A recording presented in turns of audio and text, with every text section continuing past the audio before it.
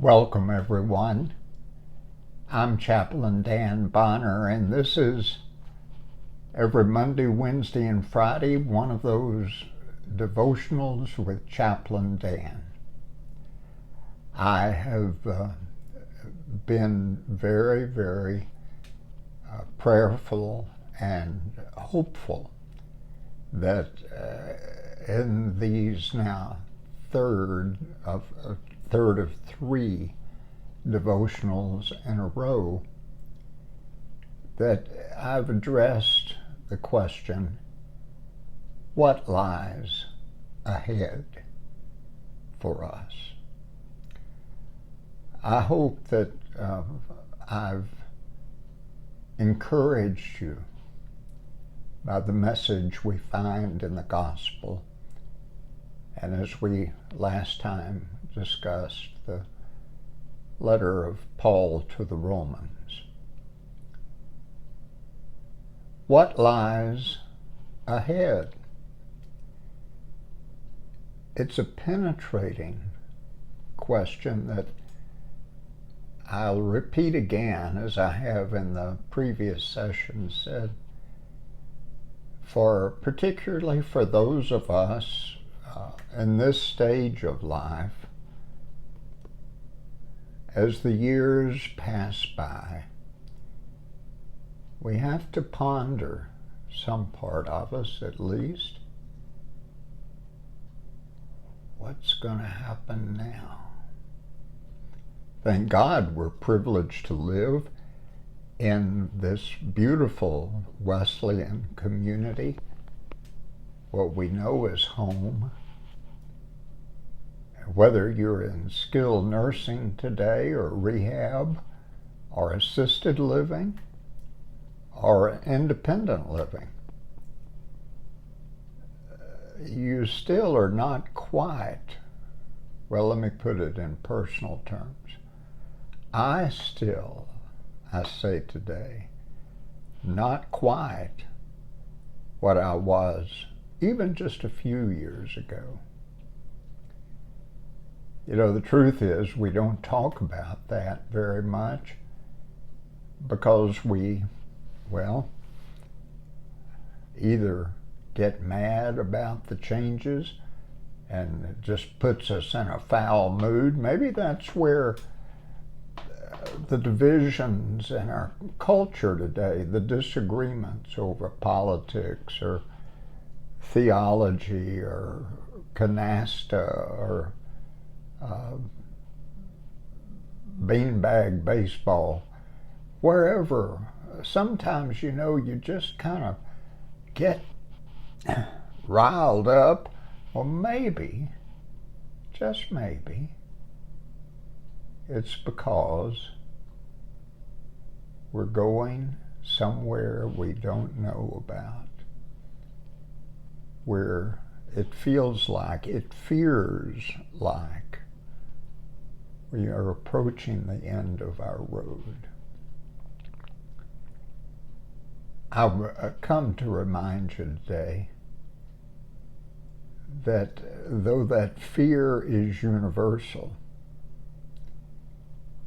there is the possibility, and we as people of faith have particularly hold of a possibility, or dare I say, a reality for us. Today I want to talk about that reality. Passages, I'll call it.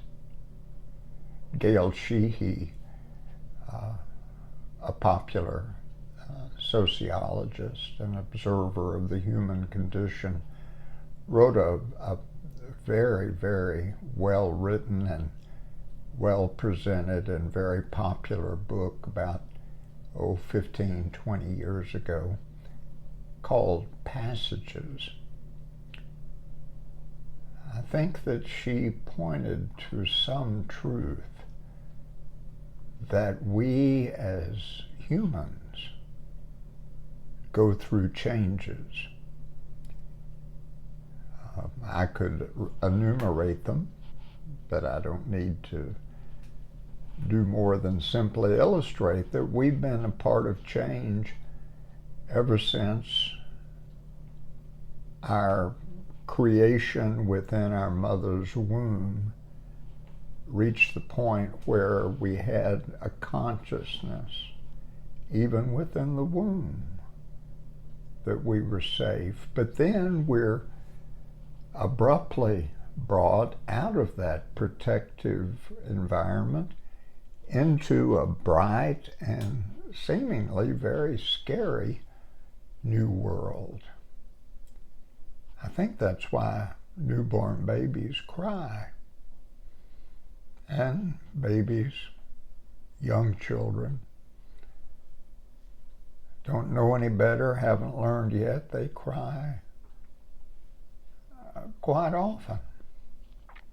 A sign that they are confused or upset or worried.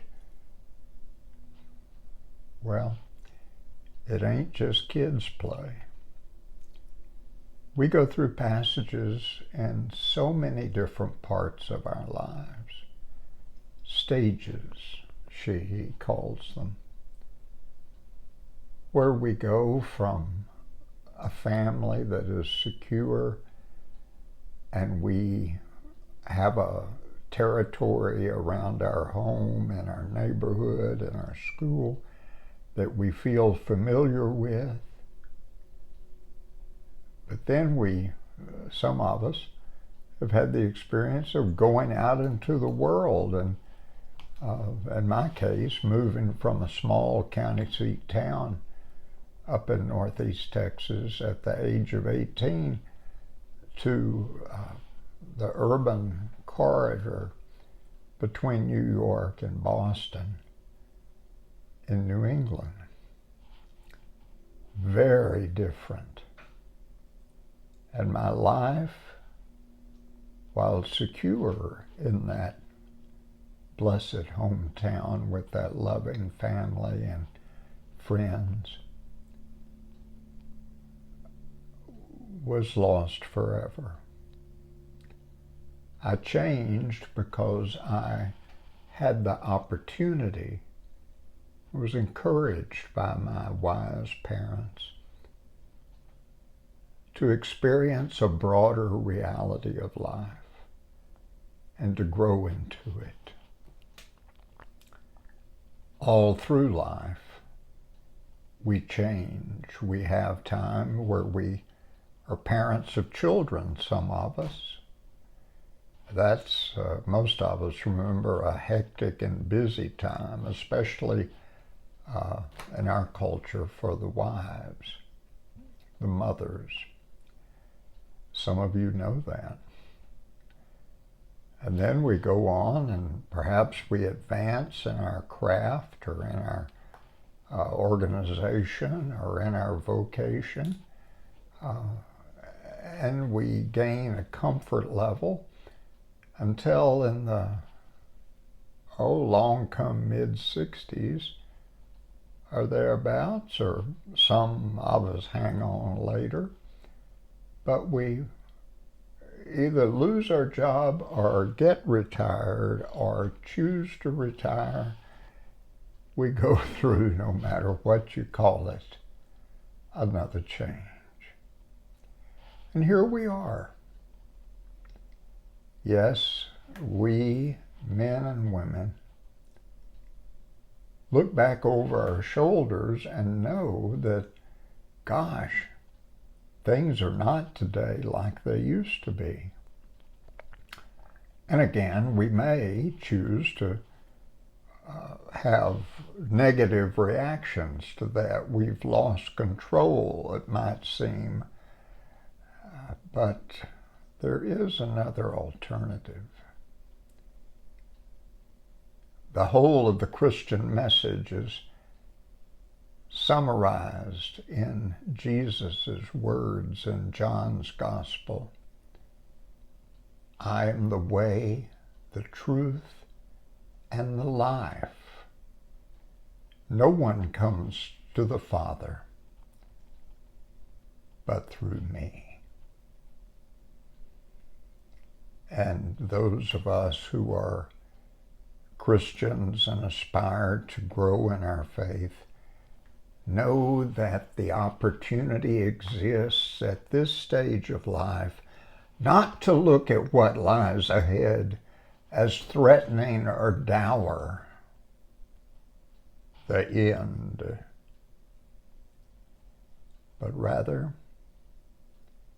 recognize that our loved ones who've gone on before us are waiting there for us to come. A place where Jesus says, not a tear will be shed. No one will pick up stone against brother. Such a beautiful passage. It's in Proverbs. A place where the lion will dwell with the lamb, the dove and the fatling together, and a little child shall lead them. Jesus Christ is that little child. We've talked before about He's our companion. But He's our companion not through the end of life and then magically it just becomes something else. No. Like passages in our lives before this age we're in. Jesus Christ takes our hand, puts His arm around us, His yoke, we said, and leads us into a place far, far, well, so may it be. The Shriners said, still say, I'm sure, so may it be that peace replaces fear, our anger, our resentment, that joy, as the great hymn says, joy comes in the morning. I don't know if the streets will be gold. I don't know if the houses will be opulent. But I do know, and I bet you do too, we all can know it's going to be all right. Thanks be to God that what lies ahead is going to be all right. God bless you. And may God sustain and keep hopeful and joyful all of us here as we move step by step, day by day, toward that place that has been prepared for us from the beginning of time. God bless you, my friends. This is Chaplain Dan. Let me know if I can ever be helpful to you, as the other chaplains want to be helpful as well. But it's around that truth that we all can help one another. Passages, not ends.